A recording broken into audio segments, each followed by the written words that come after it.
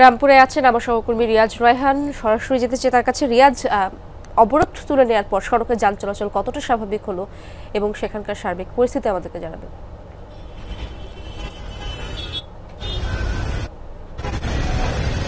ইরশাদ, রামপুরা যে সড়কটি রয়েছে মূলত কোরেল বিশ্ব রোড থেকে একেবারে মালিবাগ বা যাত্রাবাড়ি পর্যন্ত, এই সড়কটি এমনিতে সাধারণ যখন সময় থাকে সাধারণ সময় ব্যাপক যানজটের সৃষ্টি হয়। কারণ জানেন যে প্রগতি সরণি সহ বেশ কয়েকটি এলাকায় বেশ কিছু প্রকল্পের কাজ চলছে। সেই প্রকল্পের কারণে রাস্তাটি সরু হয়ে যায় এবং সেই কারণে যানজটের সৃষ্টি হয়।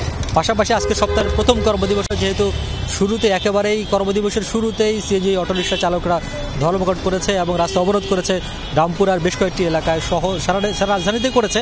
পাশাপাশি রামপুরার এখানে দুই পাশে ব্যারিকেড দিয়ে রাস্তা অবরোধ করেছিল। সে কারণে প্রচুর একবারে তীব্র যানজট বলতে যেটি বোঝায় মানুষের চরম ভোগান্তি সৃষ্টি করা যানজট, সেটি তৈরি হয়েছিল।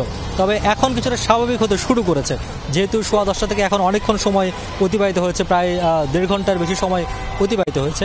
সেই কারণে যানজট রাস্তার এক পাশে মোটামুটি বলতে গেলে যাত্রাবাড়ি বা মালিবাগ থেকে রামপুরা হয়ে কোরেল বিশ্ব রোডের দিকে যে রাস্তাটি গেছে সেই অংশটি অনেকটাই ফাঁকা, অনেকটাই যানজট মুক্ত বলা যায়। তবে কোরেল বিশ্ব রোড থেকে মালিবাগগামী বা মালিবাগের অভিমুখে যে রাস্তাটি রয়েছে সেই সড়কটি যে দেখতেই পাচ্ছেন এখন পর্যন্ত যানবাহনের তীব্রতা রয়েছে বা যানবাহনের যে চাপ সেই চাপটি রয়েছে। তবে সেই চাপ ছাড়তে বেশ কিছু সময় লাগবে। এখন পর্যন্ত ঠিক আরও বলা যাচ্ছে না ঠিক কখন নাগাদ একেবারে রাস্তা পুরোপুরি যানজট মুক্ত হয় বা স্বাভাবিক গতিতে ফিরে আসে। ধন্যবাদ আপনাকে।